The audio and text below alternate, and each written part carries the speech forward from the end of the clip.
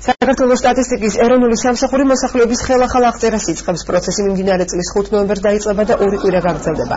მოსახლეობის აღწერას საქართველოს სტატისტიკის ეროვნული სამსახური ყოველ 10 წელიწადში ერთხელ ახორციელებს.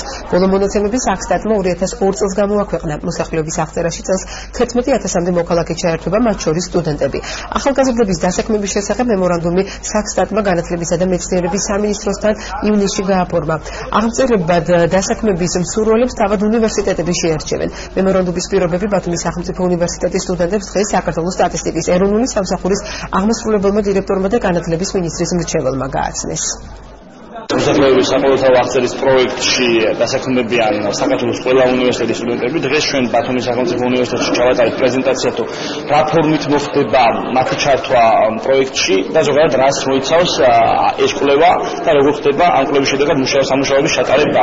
ვფიქრობ, ძალიან დაინტერესება დიდი იყო, ჩართულობას მაღალი იქნება. სტუდენტების შერჩევა მოხდება მაღალი აკადემიური მოსწრების მიხედვით. ის საათები, რომელიც გაცდენილი იქნება სასწავლო პროცესში, ჩაეთვლება სტუდენტის საპატიოდ, ამას ითვალისწინებს განათლების სამინისტროსა და უნივერსიტეტების შორის გაფორმებული მემორანდუმი. მოსახლეობის საყოველთაო აღწერა გულისხმობს საქართველოში არსებული და მცხოვრები ყველა მოქალაქის აღწერას.